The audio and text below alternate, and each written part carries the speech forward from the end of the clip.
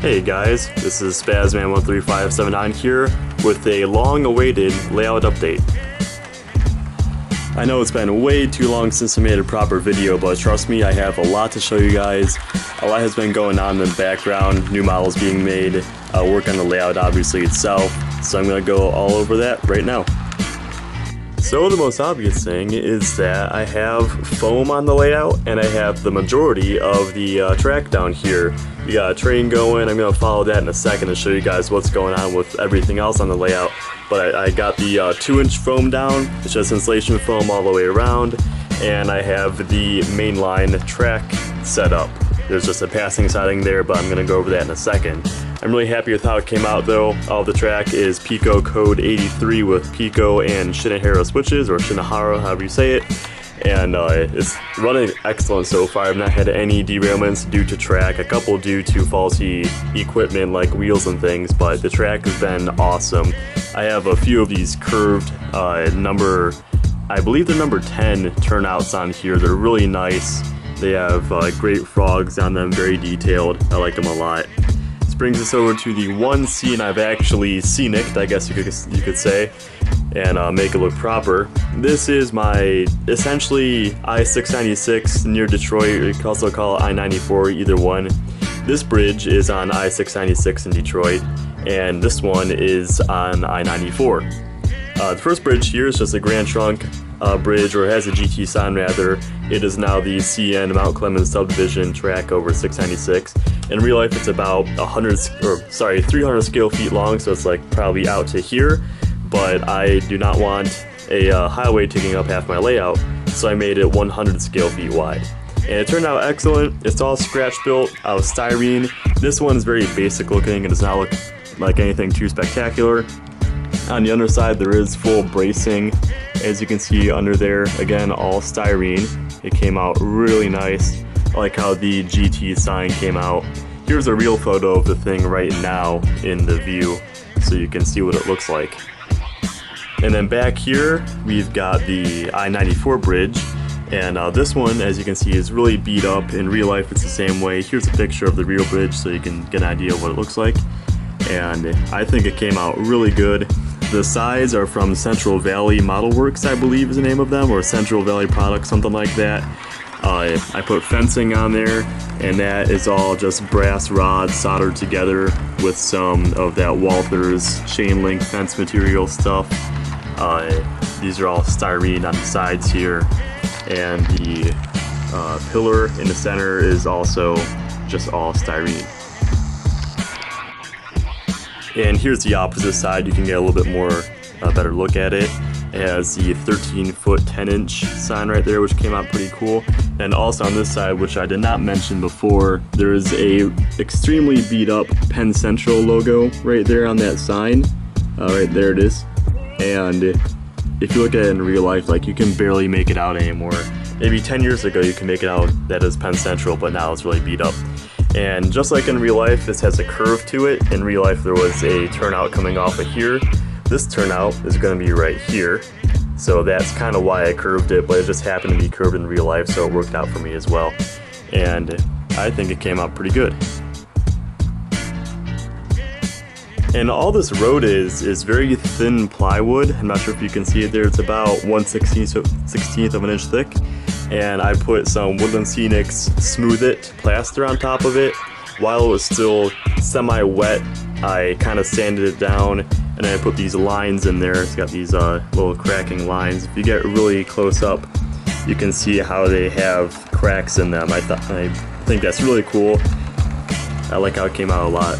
These stripes are micro scale, 6-inch scale stripes, I believe those are, or like 4.5-inch scale stripes. These on the side, the guardrails are Rick's Products guardrails. They come in like 6-inch lengths. I put those little creases in them to, or notches rather, to make them look like they're individual pieces. And the abutments, or at least these two, are just all styrene that I made. And again, I think it came out pretty good. I like the scene a lot. It's probably going to be one of my favorite parts of the layout. I think it's just a really neat thing to look at. So other than that one highway scene, there's not much scenic on here whatsoever, if at all. The one other thing I have is this cutout here. This is going to be for another, essentially like a small road, not really a highway obviously, just a small 3-lane road. And I'm going to have some more structures and everything around here, but I'm going to get to that in a second. We're going to follow this train, and I'm going to show you guys exactly what's going to be everywhere on the layout. Alright, so I am modeling essentially Eastside Detroit. This is a very small layout for modeling Detroit. It's a very big city. You can't fit much on the layout, but I'm fitting in scenes that I've seen personally and I've spent a lot of time at and I think are cool. So around here is going to be a auto rack loading facility. Right here is going to be a few of those big ramps that go up into the auto racks. There's going to be a parking lot back here, and we're going to have 3 tracks for the auto rack loading. 9 auto rack cars total will be able to fit in here. On the outside, coming off one of those turnouts down here, is going to be a passing siding that goes all the way along to where that auto rack is right now. So I'll be able to fit that entire auto rack 9-car train in there as a big passing siding. And also I'm going to be having a track come off of this line back behind the backdrop over there, curve around, go over that bridge and back out behind the backdrop to a oil refinery, not really oil refinery, but like a little chemical plant thing. And other than that, it's going to be one more track coming along right here where this one splits off of, and this one is going to continue up to a turnout right where that auto rack is, meeting up with that big passing siding. And that's going to be essentially my second loop of track. I'm going to have this so you can run 2 trains at one time in a circle if you really want to. You don't have to, but you can if you want.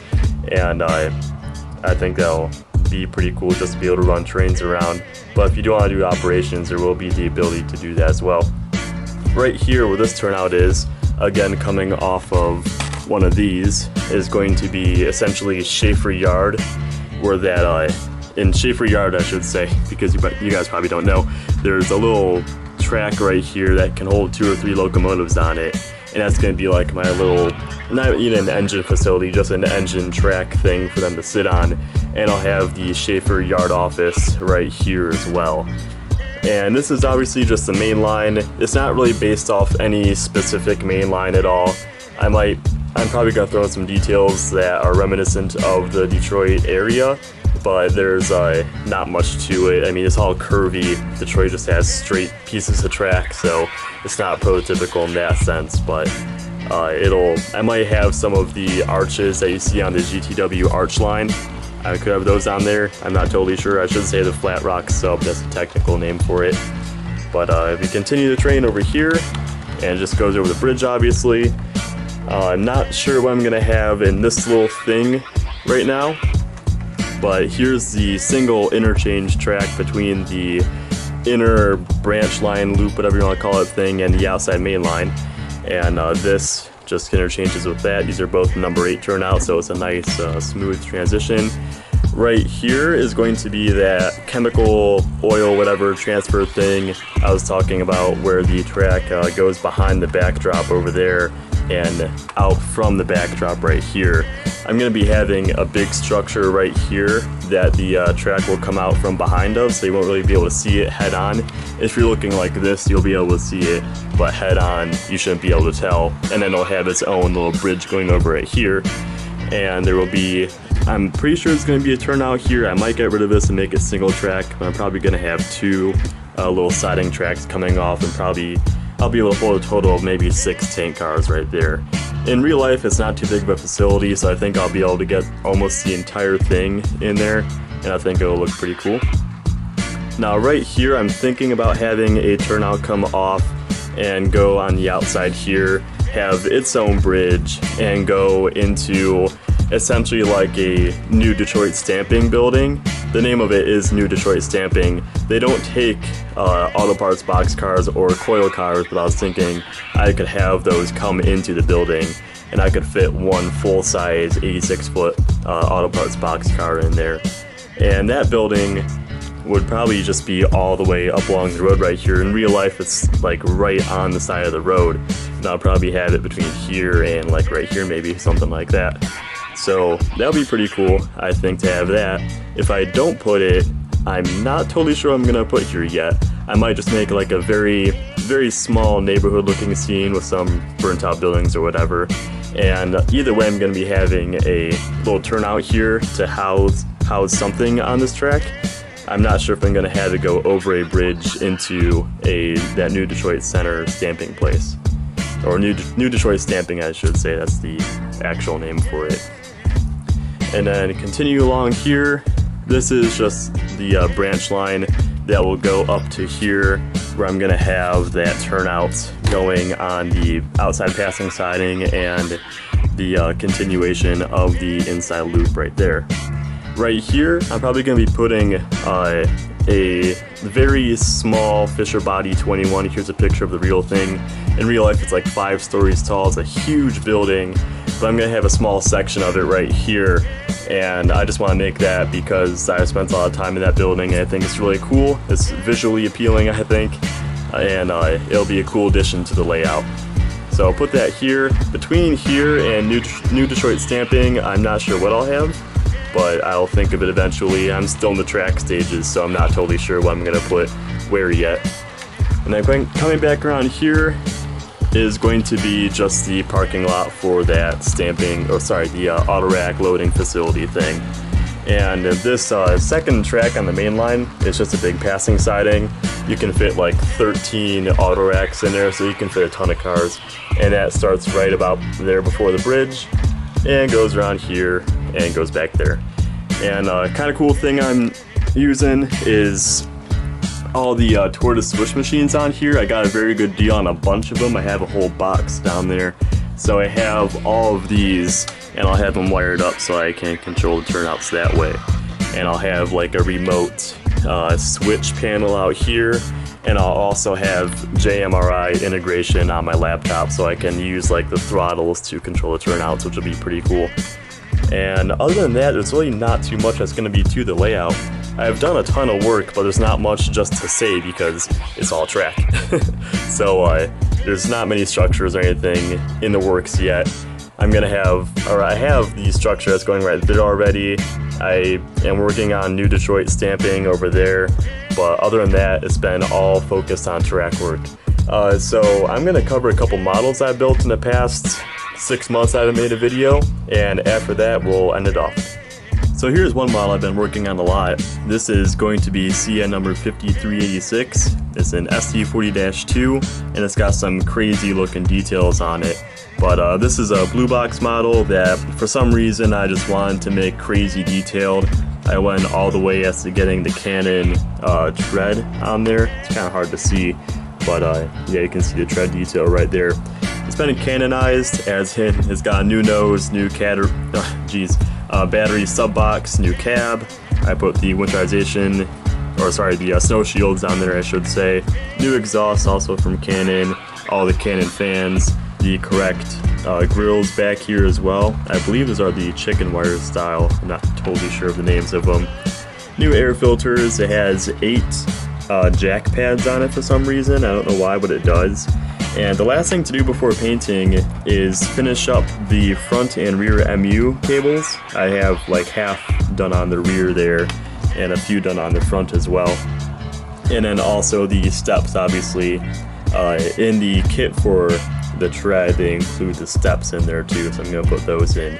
But it's got some really nice details on it. I'm happy with how it's coming out. I even have the little airline right there, which is pretty cool. So that's coming along pretty good. Here's a model I'm working on for a customer right now. This is one of the GPW Transfer cabooses that the port here on Shops made. And I built this out of a 40-foot branch line trains boxcar and essentially just styrene otherwise. But it's coming out pretty good so far. It's been very time consuming trying to do all these research photos on it and get all the parts and everything for it. But all this is a 40-foot car cut down to about 25 scale feet. I have a window on either side in there. There's a window on each end as well as a door. And there's a kind of funky looking smokestack up there that I built. These are all plano or plano see-through grills on the end, or see-through tread pattern, I guess you call that, expanded brass. And I scratch built the brake wheels as well there, and essentially each end of the caboose I also scratch built. These are actually steps from a GP9 that you can buy through Canon, and I soldered those together on the ends, if you can kind of tell there. But it's coming along pretty good. I have to finish up the stanchions and the handrails on there, on each end that is, and after that it should be about ready for paint. And I'll show you guys a video of it when I'm done, because this is a pretty cool model. I think I'll include it in my next update, whatever that'll be. But that's coming along pretty good. I like this thing a lot.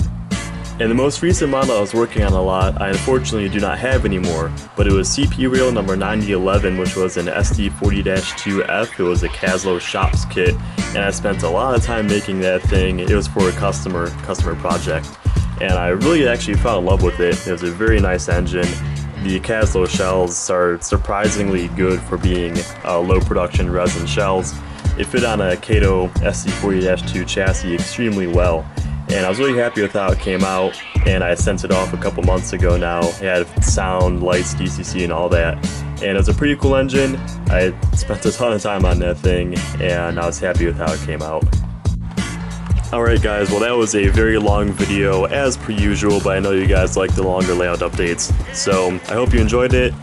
I'm not sure if I can guarantee a video in the near future because I've been extremely busy, but I'm going to try and make a video when all the track work is done, which I'm shooting for the end of the year. So the end of 2016, I want all the track to be done. And it is doable. It's just a question of, do I have the time and willpower to do it at this point? Because working on this track has been quite a pain. It's great now, but in the beginning it was a pain to put down. And I've got a lot more to go. This is like probably 35% of the track is the main line. There's a lot more for the inside loop. So thank you guys for watching. I hope you enjoyed the video, and I will catch you in the next one.